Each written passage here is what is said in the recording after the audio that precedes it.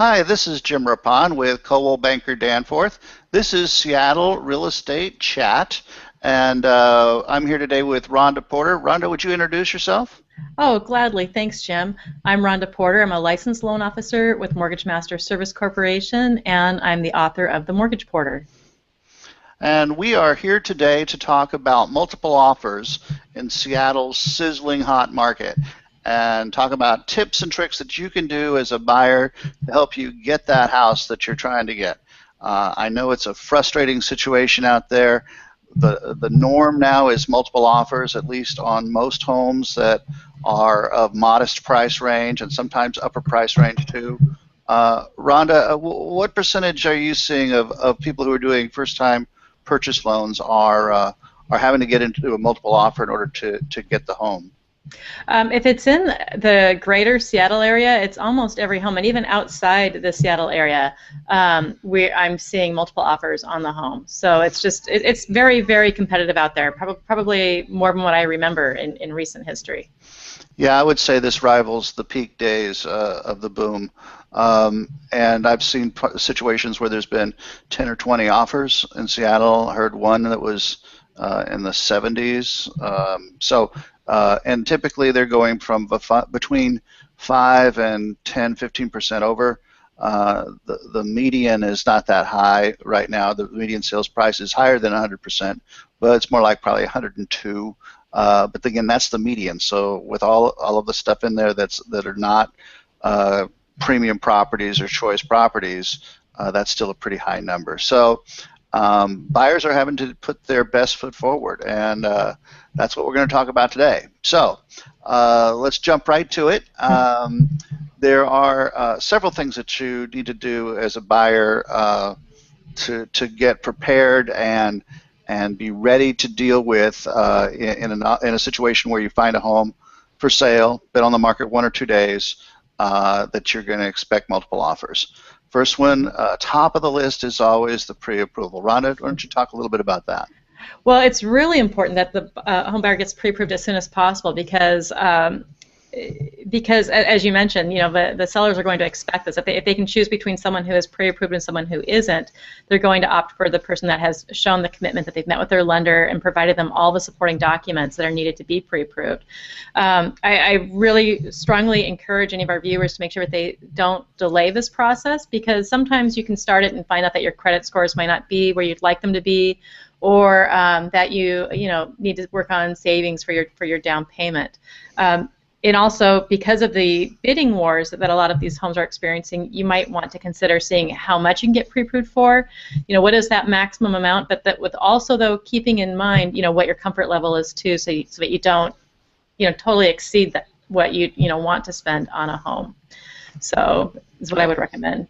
Yeah, and I guess I can't reiterate that enough, that if you haven't got a pre-approval letter and you're making an offer on a home in a multiple offer situation, you really don't stand much of a chance.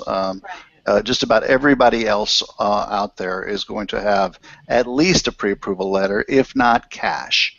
So not having a pre-approval letter is kind of the kiss of death and kind of a waste of time. Go ahead. Oh, and I have some clients that have actually taken it a step further, and they do a loan commitment letter, which is something that comes from underwriting, and it does carry a little bit more weight than a pre-approval letter, but it also takes more time. It can take several days to get that. So if that's something that a buyer wants to have a little leg up over a pre-approval letter, they need to start soon with that. And that kind of leads us into the next part of what you can do to win the offer. And one of the things you can do is try to eliminate contingencies that the seller will see as ways that may make the transaction less solid or less likely to close. And probably the most risky of those, at least from my perspective, and I think from Rhonda's too, is the financing contingency. If you remove the financing contingency and say, listen, I'm going to get a loan, but I'm not going to make any contingent on that loan. If I can't get the loan, you could keep my earnest money. That's a pretty risky thing, even if you've got a pre-approval letter, right?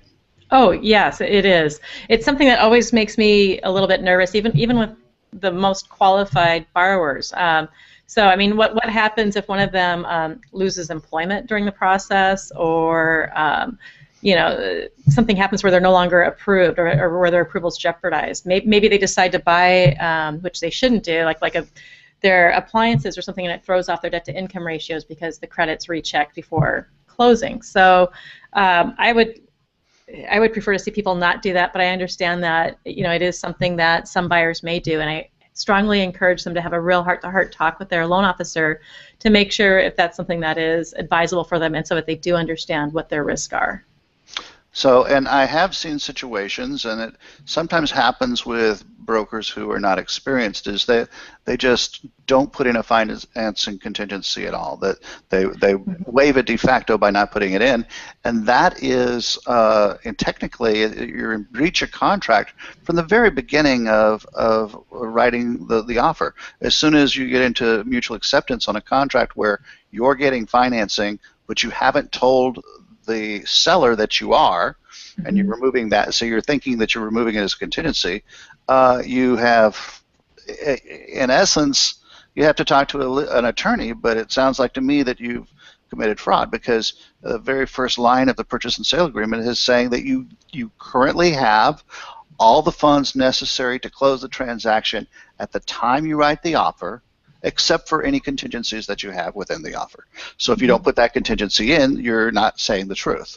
So again, neither Rhonda or I are attorneys and can't give you legal advice, but we'd strongly recommend you not write a contract that does not contain the truth. That seems like an obvious thing, but even brokers are not aware that sometimes that if you don't have that in there, you're putting your client at risk right away, because they're saying right from the get-go something that isn't true in the contract. Right. Yeah, not a good position to be in. Right. So, but that being said, there are things you can do and contingencies that you could remove fairly comfortably if you can get the information you need to move past that area of concern. The most common one is the building inspection. So doing a pre-inspection is probably one of the most common things to do to improve your chances of winning the offer. Now, if you do a pre-inspection, it may be that there are 5 offers where the other 5 are doing pre-inspections as well, and it costs you $300, $400, $500 to do that pre-inspection, and you still don't know if you're going to get the house. So you could be out all of that money. I mean, you would be out of all of that money whether you get it or not. So that's an expense that can add up very quickly if you keep making offer after offer and not getting the house that you're bidding on. So if you're going to do a pre-inspection, my other piece of advice is put your best foot forward. Give it your best shot. This is not the time to go, well, let me see if I can get it a little cheaper. If you're doing a $400 inspection on a property and you're trying to see if you can get it for $10,000, $20,000, $30,000 less, you're throwing money down a hole that you don't know if you're going to be able to get it out again. So that, I think, playing to win is critical. As I always tell my clients, when you're playing this game, if you will, second place sucks. That means you didn't get the house. So yeah, that's critical, is that you give it your best shot.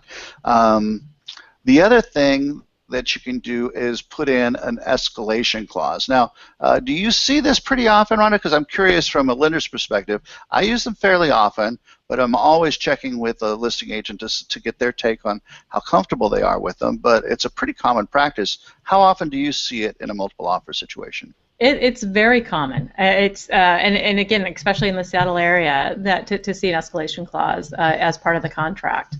Mm-hmm. So. And some listing agents don't like them, and so this gets to the point about working with a broker who has a good relationship with other brokers, has very smooth and efficient communication skills, because the first thing I'm going to want to do when I'm working with a buyer is be on the phone to that listing agent to ask them about the situation. How do you feel about escalation clauses? How many offers do you expect? Do you expect them to be, any of them to be all cash? Are any of the offers through that you are operating as a buyer's agent on as well, meaning are you a dual agent on any of these potential offers? Knowing all of those things up front, then your broker can then help you strategize as to where you want to be on an escalation offer, if you want to use one or just shoot for a high number. uh, all of those kinds of things. So let's talk a little bit about escalation clauses. I want to kind of Mhm. help clarify that for people because sometimes people have not had the experience of working with them, and they really are not that complex, but they're set up and designed to kind of make the best of a worse situation for all parties, if you will. No one's happy with the idea of having to pay more than full price, and no one wants to pay more as a buyer, wants to pay more than they have to. So the multiple listing service has devised a addendum system that allows you to try to bid kind of like eBay, if you will. If anybody's ever purchased anything on eBay, I use that analogy because you are agreeing to offer an amount more than the next competing offer, but not to exceed a certain amount. So you cap out, if you will, have a top number where you say, if it gets higher than that, I'm out of here because I think it's become an emotional buy and it's gotten too much buzz and it's not worth that much. But you have some number that you in your mind and your heart have decided that's as far as I'm willing to go, and have that be your cap number. But then maybe you offer the list price or maybe a little bit more than the list price or something like that, and say I'll pay $1, $2, $5,000 increments more than any competing offer, so that the seller will gravitate towards you if there's no other offers that escalate any higher. Now, the key to that is you need to understand the seller can always sell to whichever offer they choose to work with. And it may be other conditions in that offer that they find attractive. For example, the financing. And this is where down payment and things like that can make a difference.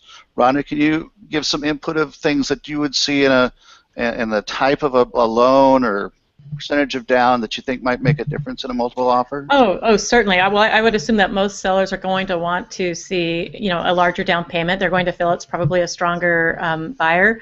They're also going to, like if there's a lot of layers that are added to it, such as, if they do have down payment assistance, or if sometimes sellers have the perception that loans like FHA or VA might be more challenging than conventional too, and which may or may not be the case, but it's just, it is what the seller's perception, or even with their agent, how they're directing them too.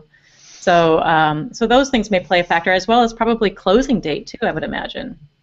Yes, actually closing date is another one of those things that you can use to leverage in your position. Back to the broker, having close communication with the listing agent. What is the seller looking for? Do they have a timeline of when they're planning to move?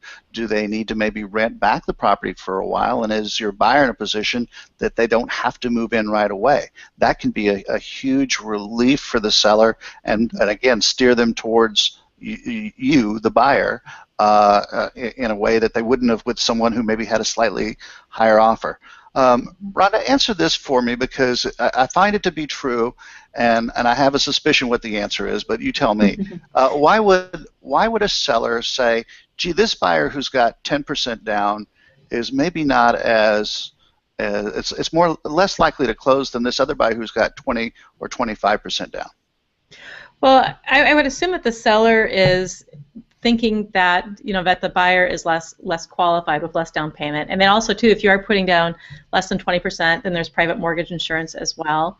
Hopefully for buyers that are in, well, for all buyers, something that that hopefully their loan officer is willing to do would be to help talk to the listing agent, which you've had me do some of our offers together as well, and to let them know that that the loan officer is qualified, one, two, and that the buyers really are strong, if they are indeed strong buyers. Because sometimes just because somebody has less down doesn't make them a weaker borrower.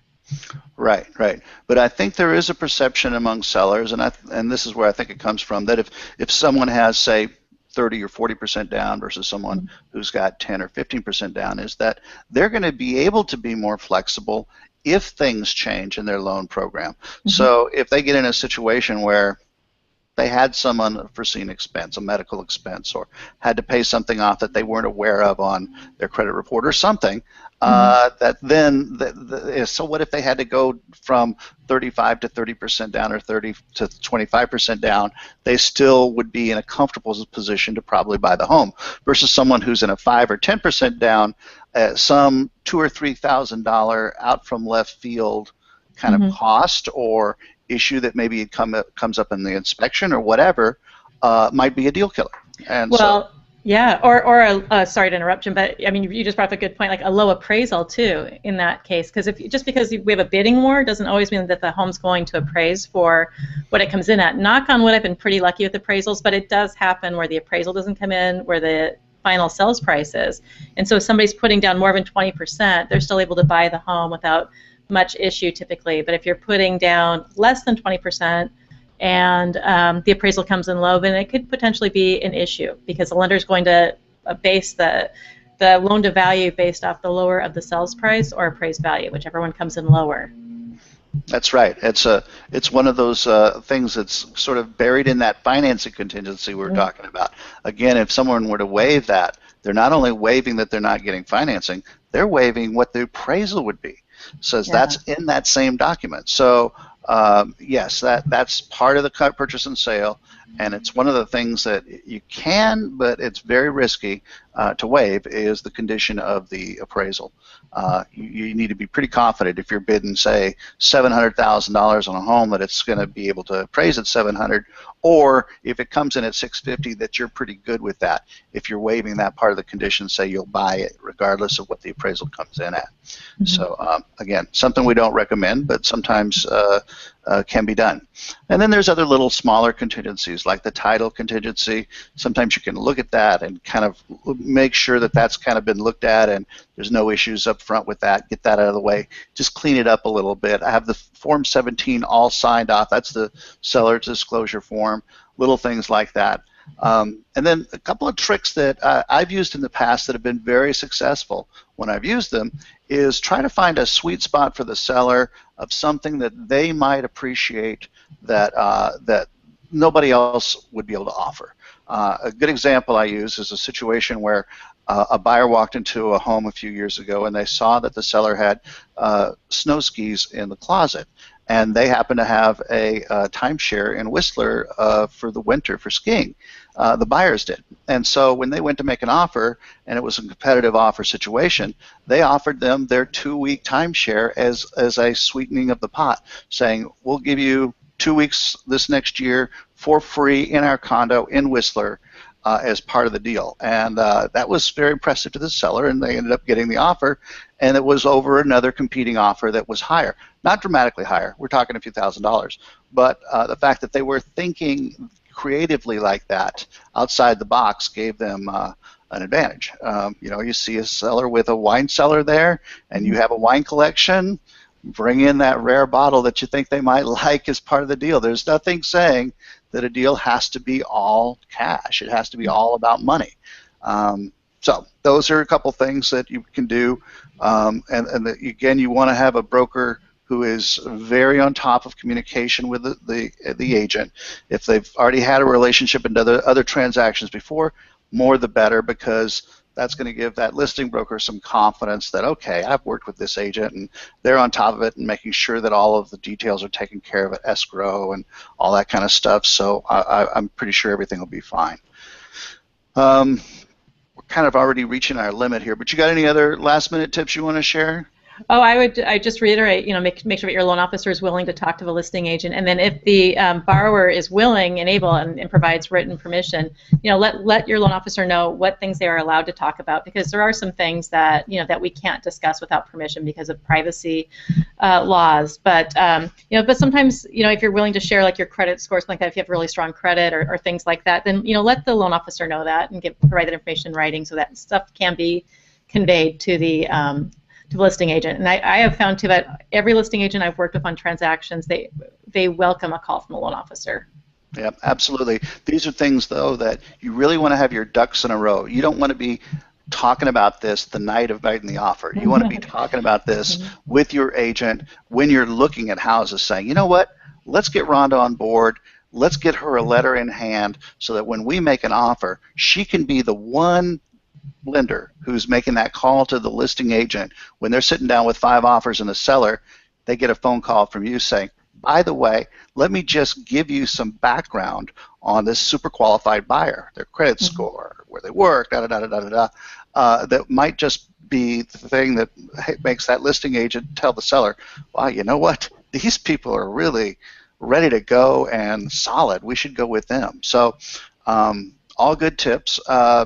If you, we're going to have to wrap it up for today, but next week we'd like to see you join us. I forgot here to put on the side here. Let me put it. If you're watching through Webinar Jam, let me put up this notice because we have a homebuyer seminar coming up. Do you know when that is, Rhonda? From memory, I'm going to say July 12th. I think you're right. Okay, good. Yeah, and this time we're doing it at the Northeast Library, which is it's on 35th over in the kind of the Wedgwood area, and so that library is new and got a nice facility there, and it's easy to park. So it's an all-day event, but Ron, why don't you tell them a little bit about the Washington State Financing Commission and when they take this class, what it gets them? Well, our students who attend will wind up with a certificate at the end of the class, which enables them to be qualified for, or eligible, I should say, for some down payment assistance programs that are offered through the state, as well as their state bond program, which has reduced mortgage rates. So it's a great program, and even if you're not interested in down payment assistance, I would encourage people who want to learn more about the home buying process to attend our class. So anyway, if you were watching live, that'll be down here on the link on the bottom, and feel free to click and register there because those things fill up pretty quick. Hope you can join us next week, and thanks for joining us for today's show. And Rhonda, you'll be here next week. Are you around? I will. I'm in town. No plans on going anywhere. Okay, great. Well, we'll see you all next week. Thanks so much. Bye. Have a great week. Bye-bye.